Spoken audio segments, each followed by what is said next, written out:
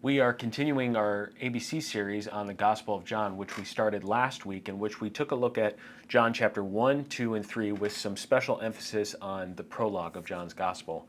This week, Dan Schlueter is going to be teaching on the Gospel of John chapters 4, 5, and 6, and each of these chapters are filled with really fascinating interactions between Jesus and individuals and Jesus and groups of people.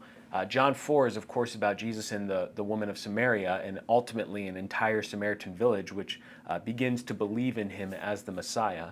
John 5 is kind of a stark contrast to that, where Jesus is going to perform this miracle of healing a man who has been an invalid for over 30 years. And what you're going to see is, despite this miraculous sign, there's going to be a lack of faith in Jesus. There are going to be questions raised about Jesus. There's going to be opposition to Jesus, despite the fact that he has done this good, godly, miraculous thing. And so it's this really fascinating contrast between the response of Gentile peoples, these Samaritans, these outcasts to the Jewish religious society, and then the response of the Jewish people, specifically the religious authorities of the Jews.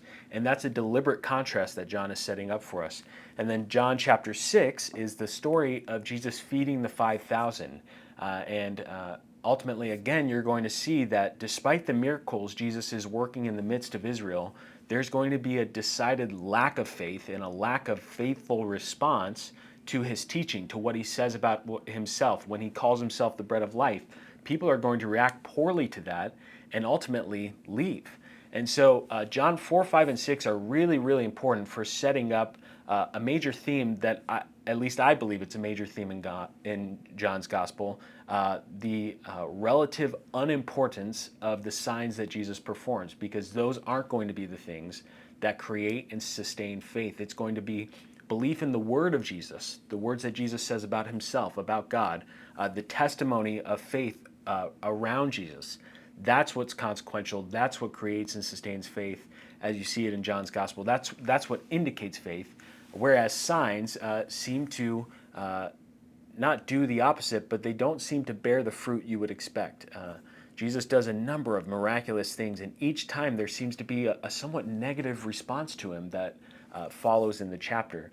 So I hope that you will continue to read John's Gospel. I hope you're picking up on these themes, these ideas that get developed in the Gospel. I hope you'll pay special attention now in chapters 4, 5, and 6. And I hope you are blessed in your reading, and you'll join Dan on Sunday morning as he goes through those chapters in greater depth. Thanks for listening. Have a great week. God bless you.